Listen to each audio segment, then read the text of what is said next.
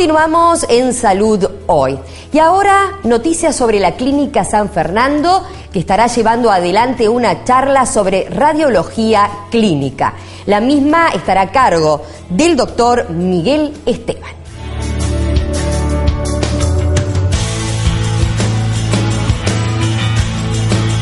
Es una idea que ha surgido en común con el Departamento de Pediatría del Hospital de Maldonado. La doctora Otormín, la doctora Cabana han manifestado la inquietud sobre nuestro trabajo de radiología, específicamente en la unidad de cuidados especiales neonatales del hospital. Como siempre, intentando hacer las cosas mejor, como corresponde, tener hoy la presencia del profesor Esteban para brindar un taller y construir entre todos, los pediatras del hospital, los técnicos radiólogos, una forma de trabajo, un aumento del conocimiento, mejora por supuesto la prestación que le damos a los usuarios de nuestro hospital. Nosotros vamos a conversar luego con el doctor Esteban, pero una de las cosas que hablábamos era de poder detectar cuál es el pedido, ¿no?, al técnico y ser como más específico en eso. Ahí está. En realidad, este punto es común en la imagenología para cualquiera de las especialidades que nos soliciten estudios. Me refiero al dato clínico. Una ecografía se hace buscando algo, una radiografía se hace de determinada manera buscando lo que en el dato clínico se nos está informando, que se sospecha o que se quiere confirmar o así sea un control de qué. Entonces, justamente un poco de eso va a ir también el taller, la comunicación entre el médico solicitante y el tecnólogo que realiza el estudio y el médico radiólogo que está detrás allí para informar esa imagen. La imagen se interpreta en función de un dato clínico que es fundamental, incluso para los que tomamos las placas, para el ahorro de radiación, hacer una administración de la radiación imprescindible. Por eso de la relación riesgos-beneficios del uso de radiaciones que tanto hemos hablado en este programa. Desde mi profesión te puedo decir las ventajas de obtener un buen documento para luego obtener un buen diagnóstico. Yo puedo decirte que es imprescindible el esfuerzo nuestro, de los tecnólogos, para obtener un buen documento, porque un buen documento con valor diagnóstico hace la diferencia para ese diagnóstico y para el tratamiento de una persona, y en este caso tan sensible de recién nacidos. Es un esfuerzo importante, hay que tener los conocimientos, por eso este taller, hay que tener la actualización y hay que tener ganas y la colaboración del equipo de salud, porque en el caso de una unidad de cuidados neonatales hay que trabajar con la enfermera, hay que trabajar con el médico, con el auxiliar. En equipo se logran mejor las cosas y poniéndole ganas. Es mucho más fácil hacer otros estudios ya de por sí de un adulto que colabora. Es mucho más fácil hacer un estudio de un niño sano, pero en este caso de chicos que están en un CTI pediátrico hay que ponerle mucho corazón, muchas ganas y mucha ciencia también. Por eso estamos aquí reunidos. Bueno, muchísimas gracias. Gracias a ustedes por una vez más dar a conocer a nuestra zona los esfuerzos que hacemos los defectores de salud por mejorar la atención que les brindamos. Doctor, hoy hay una actividad importante aquí en el Hospital de Maldonado sobre radiología infantil. ¿Cuál es la diferencia básica entre lo que podría ser la especialidad radiología y lo que tiene que ver con lo pediátrico? La diferencia es grande, como es grande el adulto y es pequeño el niño. Hay una frase famosa en la clínica pediátrica que dice: el niño no es un adulto pequeño. Las enfermedades son específicamente acorde al grupo etario, que va desde el recién nacido hasta los 14 años en nuestro país.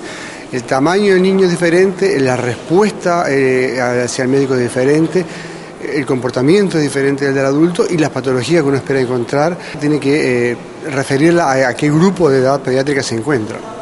¿Cuáles serían las patologías más comunes que se pueden encontrar en esta etapa? Uno habla a veces de radiología cuando se fractura un brazo, quizás. Eso es lo que uno escucha en lo que tiene que ver con los niños. ¿Qué otras cosas? Desde el punto de vista del diagnóstico por la imagen, y bueno, ahora justamente en esta etapa tenemos las enfermedades respiratorias. Por lejos son las que priman en invierno, y que la imagenología, en particular la radiografía de tórax, tiene un rol fundamental en el diagnóstico y seguimiento de esos pacientes. Por ejemplo, ¿qué es lo que se puede detectar? Y un paciente puede tener una bronquiolitis, puede tener mucho más aire que lo habitual en su pulmón, o puede tener una llamada congestión, un bloque de consolación, una neumonía pulmonar. ¿Y eso se indica cuándo, por ejemplo? ¿Cuándo es que se indica una radiografía? Porque es algo que tampoco nos gusta mucho, ¿no? Sí, hacer una radiografía tiene sus riesgos y su beneficio. Siempre prima el beneficio sobre el riesgo de irradiarse. Pero la indicación está hecha en aquellos niños que tienen signos y síntomas de estar enfermos del aparato respiratorio. No es porque yo crea que pueda estar enfermo. Tiene que tener un sostén clínico que lo fundamente. La radiación es acumulativa. La radiación actúa sobre las células del paciente, pero digo, está siempre en más el beneficio que puede desencadenar que el riesgo. Pero bueno, puede traer efectos adversos, sobre todo cuando se prolongan en el tiempo esas exposiciones. Una radiografía de tórax es fundamental, muchas veces cambia el diagnóstico y no va a producir un daño. Desde el punto de vista de las regiones, por supuesto, en el tórax van a existir las patologías respiratorias, y en el abdomen las patologías propias del aparato digestivo. Y si seguimos hacia abajo, cerca del abdomen están las gónadas, que son estructuras altamente radiosensibles. Los testículos y los ovarios son altamente radiosensibles. Por eso es el hincapié que vamos a hacer ahora en limitar la radiación a la zona de interés. Eso es lo que se va a tratar particularmente en la charla del día de hoy. Sí. En particular, la prescripción, o sea, por qué está indicada, cómo lograr un excelente documento, obteniendo el máximo de beneficio, es decir, sin exponer regiones que no participan en la afección del niño.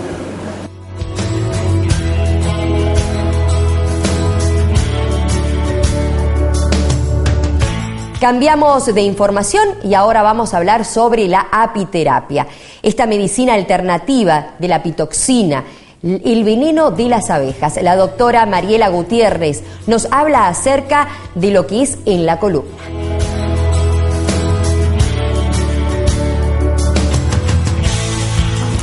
La apiterapia, y ahí amplía un poco el concepto, ¿no? Más allá de la apiterapia como representada por el veneno de las abejas o apitoxina, incluye mucho más, incluye el uso también de los productos de la colmena, que siempre remarcamos la importancia del efecto conjunto, porque es una forma de aumentar y de incrementar el efecto analgésico y el efecto antiinflamatorio que tiene el veneno de abejas. Y justamente en los programas anteriores que nosotros veníamos hablando del tema artrosis, la columna es un sector que realmente se afecta mucho por la artrosis. Los sectores de la columna que más sufren de esta patología son fundamentalmente el sector cervical y el sector lumbar, porque son los sectores más móviles de la columna.